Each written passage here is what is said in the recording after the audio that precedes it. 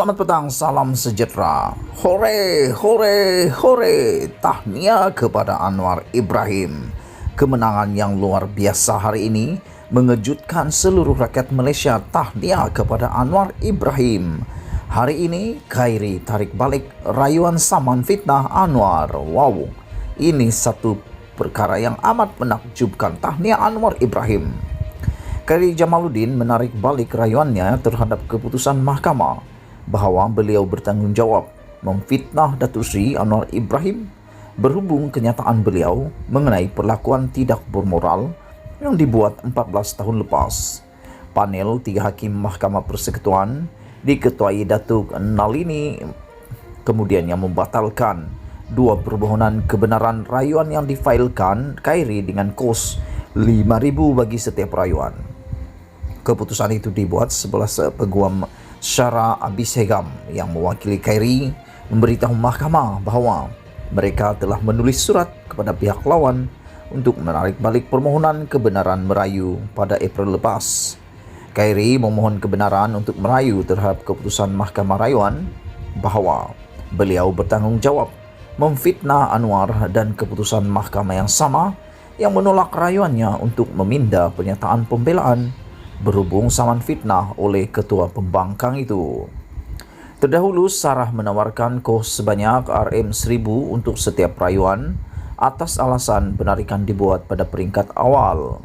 Kami telah memfailkan usul itu pada 7 Mac dan perkara itu disenaraikan untuk e-review.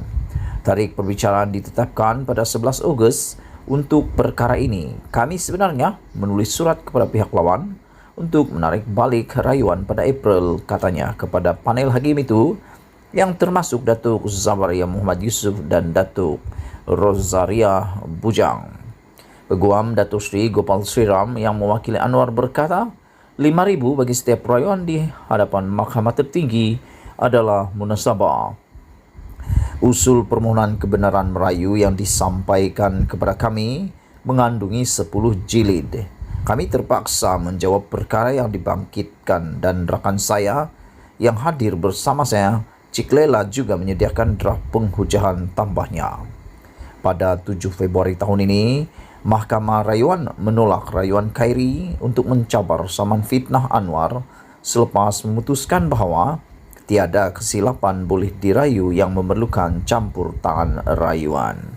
Mahkamah Rayuan memutuskan kenyataan yang dipertikaikan oleh Khairi dalam pilihan analogi dan kiasan dalam makna sejadi dan biasa mampu memfitnah Anwar. Selain itu, Mahkamah Rayuan juga mengesahkan keputusan Mahkamah Tinggi dan memutuskan kuantum ganti rugi RM150,000 yang diberikan kepada Anwar tidak berlebihan. Pada 7 Mac 2008, Anwar yang merupakan Presiden PKR menyaman Khairi yang ketika itu Menteri Belia dan Sukan serta Naib Ketua Pemuda UMNO kerana didakwa mengeluarkan kata-kata fitnah mengenainya semasa ceramah di Lambah Pantai pada 20 Februari tahun yang sama yang membawa kepada penyiaran klip video di portal berita. Pada September 2017, Hakim Mahkamah Tinggi Azizul Azmi Adnan membenarkan saman Anwar terhadap Khairi dan mendapati Khairi bertanggungjawab atas fitnah dan oleh itu memerintahkan Khairi membayar RM150,000 sebagai ganti rugi am kepada Anwar. Hakim juga menolak permohonan Khairi untuk meminda kenyataan pembelaannya dengan mengatakan bahawa kenyataannya adalah komen yang wajar. Khairi kemudiannya memfailkan rayuan terhadap Mahkamah Tinggi. Tetapi pada Februari 2018, Mahkamah Rayuan telah membatalkannya selepas membenarkan permohonan Anwar. Pada 15 Disember 2020, Mahkamah Persekutuan membenarkan rayuan Khairi agar merit kes itu didengar sepenuhnya di Mahkamah Rayuan. Sekian isu hangat petang ini. Jangan lupa tinggalkan komen anda, tekan butang subscribe dan kita jumpa lagi. Bye-bye.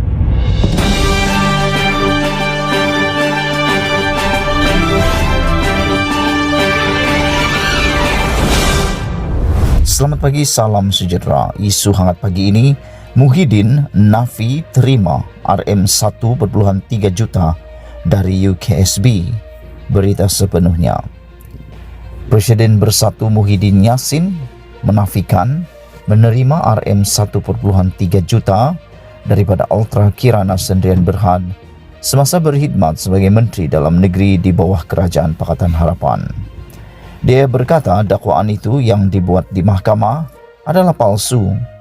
Saya dengan ini menyatakan bahawa saya tidak pernah menerima secara langsung atau tidak langsung sebarang wang daripada David Tan, saksi dari Syarikat Ultra Kirana Sendirian Berhad, pengarahnya ataupun pemegang sahamnya, katanya dalam satu kenyataan media.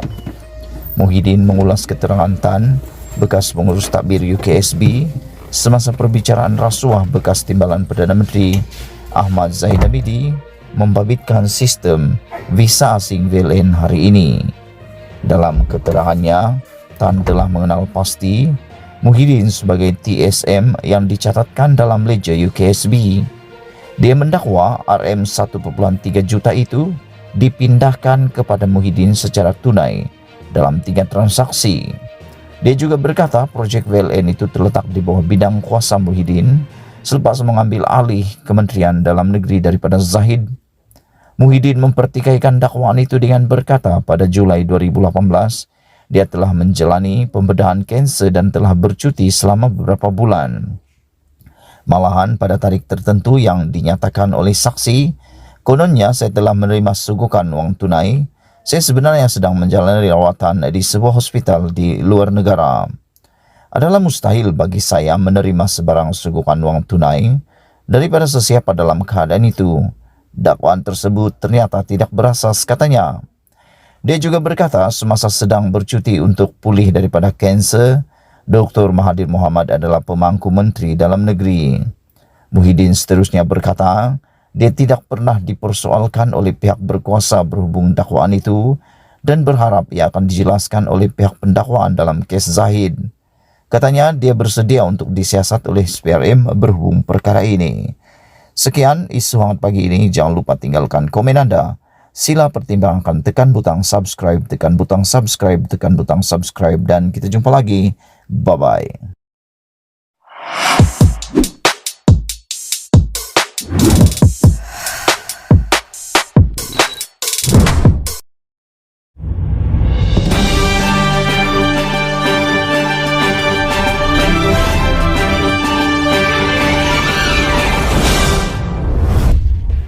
Selamat petang, salam sejahtera. Isu hangat petang ini, PRU15 mungkin diawalkan, kata Perdana Menteri. Berita sepenuhnya.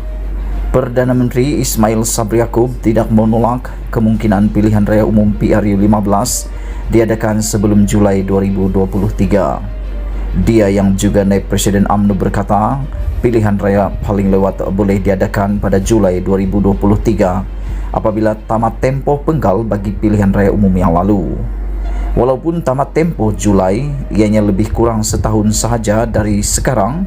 Setahun tidak lama bagi parti-parti politik menghadapi pilihan raya. Setahun bukanlah jangka masa yang lama. Sebab itu kita kena bersedia sentiasa. Itu kalau paling lewat setahun. Pilihan raya mungkin diadakan lebih awal dari tarikh akhir penggal, kata Ismail Sabri. Maknanya kalau paling lewat setahun, kalau lebih awal jangka masa itu lebih dekat. Sebab itulah saya minta Bera, Sumajentera, Takira, UMNO, BN perlu siap siaga, katanya lagi. Kami selalu Dr. Mahathir mendapat tarikh sesuai untuk diadakan PRU15 sehingga habis penggal pada Julai 2023. Mengulas mengenai perjumpaan bersama petugas JR diadakan, Ismail Sabri berkata dia bangga kerana usaha diadakan membabitkan sayap dari UMNO, MCA dan MIC. Bagaimanapun dia enggan mengesahkan perjumpaan terbabit sebagai tanda bahawa PRU15 diadakan dalam masa terdekat. Soal bila pilihan raya, saya dah bagi tahu jangan tanya, tapi perlu bersiap sedia. Saya dah kata biasanya dari dulu pun